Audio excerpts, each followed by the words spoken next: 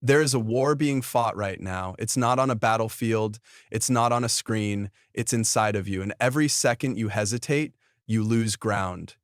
Every excuse you entertain, every doubt you feed is one more step backward in a war where mercy is not offered, success is not given, it is seized by those willing to suffer longer, believe harder, and discipline themselves into weapons. Let me be clear. This is not a game. This is war, and in war there are only two outcomes. You win or you are forgotten. History does not remember the almosts. It does not reward the comfortable. It does not praise the ones who waited until they felt ready. It remembers the bold, the relentless, the few who looked failure in the face and refused to kneel. You think Thomas Edison cared how many times he failed? 10,000 failed experiments weren't failures to him. They were bricks. Bricks in the foundation of the world we now take for granted. Every filament that burned out was a soldier lost in a larger campaign, and he kept going because he knew the world doesn't reward effort, it rewards results. This world is built by those who refuse to stop, and if you're not willing to fight for your life's work, then what exactly are you living for? Most people don't lose because they lack talent. They lose because they treat life like a rehearsal. They let comfort seduce them into mediocrity. They let distraction replace discipline. And when the clock runs out, they wonder why they never became who they could have been. But you are here because something inside you is done with the lies, done with postponing greatness for someday. There is no someday, there is only now. And if you don't learn to dominate your own mind, life will do it for you. Because success begins with the inner battlefield. The war between who you are and who you pretend to be, between the version of you that wants ease and the version of you that was born to rise. Your mind is your first territory, and most people let it become enemy ground. You must become the general of your own thoughts.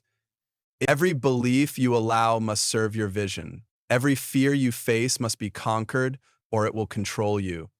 You cannot build a fortress with rotting bricks. Your thoughts are bricks. Choose them wisely. Henry Ford said, "Whether you think you can or you think you can't, you're right." And he was right. Because belief isn't a luxury, it's a weapon. And in this war, belief is your ammunition. If you believe you're meant for more, prove it through action, through discipline, through unrelenting focus. If not, you'll be another casualty in the war of wasted potential. Let me ask you something. When did you stop demanding more of yourself? When did you start listening to the crowd, the doubters, the failures dressed in confidence? When did you hand over your power to people who never built a single thing themselves? Carnegie didn't ask for permission. Disney was laughed out of 302 banks before someone believed.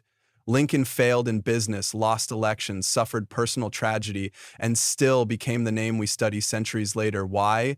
Because they understood something you need to hear. Life only respects the relentless. The world bends for those who refuse to break. Not once, not twice, but ever.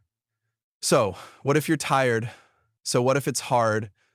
You think champions don't feel fear? They just don't let it sit in the driver's seat. They use it. They convert doubt into drive, pain into precision. You want success? Then build yourself into someone who commands it. Not someone who waits, not someone who wishes, someone who becomes undeniable. This is not about luck. This is not about timing. This is about how deeply you're willing to transform. Because success is not about doing more. It's about becoming more. More focused, more disciplined, more resilient, more ruthless with your time and your standards. You don't need motivation. You need conviction. You need to wake up and declare war on every limitation that's ever tried to cage you. This is not self-help. This is self-mastery. This is you versus you. This is the final stand between your dreams and your excuses. And you already know the price of losing. You've paid it before. You've tasted regret. You've seen what happens when you shrink, and I know damn well you didn't come this far to repeat it.